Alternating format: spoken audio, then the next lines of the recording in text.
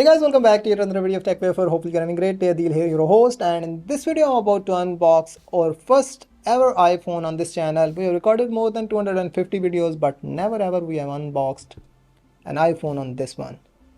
But thanks to your support, we were able to manage that and get it as early as we could. Let's just jump on to the unboxing and the first impressions of the iPhone 15 Pro Max natural titanium 512 gigs because of the log format, and here we go.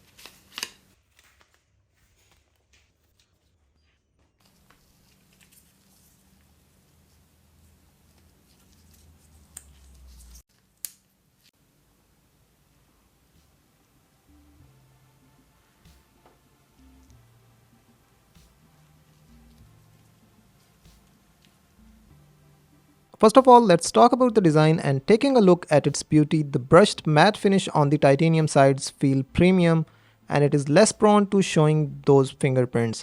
But let's be honest here, the color option this time around are a bit, well, let's call them conservative. Nevertheless, the natural titanium and the blue titanium option do look quite sophisticated. Brushed titanium sides of the iPhone still collects those fingerprint smudges, but you can say that they do not collect as much as the predecessor. Now let's move on to the biggest change ever in the iPhone, and its USB Type-C port. One significant change here is the move forward from the Lightning port to USB Type-C, and while it's a welcome change, it has been enforced by the European Union, as you might already be aware of, and at the same time it is a bit frustrating because this phone can only be charged with the Apple's proprietary USB Type-C rather than any USB Type-C that might be laying around in your home. Now, one of the standout features of the iPhone 15 Pro Max is the new action button, which replaces the mute switch. It is well executed addition, allowing you to perform various functions with a simple press or hold. And the best part, it is customizable and you can make it work the way you want with multiple shortcuts that are available in the settings. Moving on to the display, there are not any significant changes apart from those slimmer bezels, which definitely takes the smartphone to another level. You may or may not agree with me because we have seen all those concepts of iPhone with full screen, and it is a one step closer to that and it looks dope. Overall, it still boasts excellent color accuracy and brightness, making it easier to view even in bright sunlight. And when compared side by side with the previous generation, it looks premium. When it comes to audio, the speaker maintains the same quality as before and the microphone is top notch. Apple has made internal design adjustments to make the repairs more accessible. Now let's talk about the cameras, and let's welcome the first ever telephoto lens on any iPhone. Most of the cameras on iPhone 15 Pro Max are identical to the previous model except for the telephoto camera. This new sensor allows for 5x optical zoom, which can be quite handy for getting closer to the action. But do not expect it to revolutionize your photography. We are going to show you a few camera samples taken with the iPhone 15 Pro Max in different modes on your screen right now, so you can decide yourself, and we'll also be comparing the cameras of the 15 Pro Max and 14 Pro Max, so stay tuned for that and subscribe to Tech Wafer. Where things gets interesting is in the software enhancement. Apple has introduced a new default image size with improved image processing. It is a smart move to save your storage space while it is still delivering the sharp details in the photos. Plus, there's a new option for standard wide shot, allowing you for creative flexibility. Well, we've also covered a short video on the iOS 17's enhancement, so you can go and check that out. Now let's move on to the video section, and it's a feature that is my personal favorite. Video enthusiasts will appreciate the ability to shoot in a log color format, offering more control in post-production. However, this feature is limited to shooting in ProRAW, which can eat up storage space, but luckily you can now connect external SSD storage with the USB Type-C port, and that will just save your day.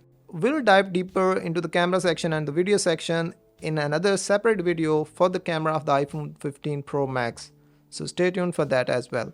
Now moving towards the battery life, when it comes to the battery life, the iPhone 15 Pro Max offers similar excellent performance to its predecessor. However, the battery size has been reduced. Overall, the battery life is reliable and the phone lasts a long time even with 120Hz display. And as per Apple, the advertised charging time of iPhone 15 Pro Max up to 50% is only 30 minutes, which is a welcoming change. However, when it comes to the daily life usage, you will not notice any difference in terms of battery life. That's just first impressions.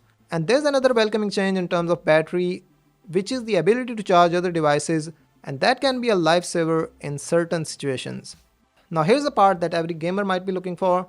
Under the hood, the A17 Pro processor powers the iPhone 15 Pro Max. It is faster than the previous model, although you might not feel a noticeable difference in daily tasks.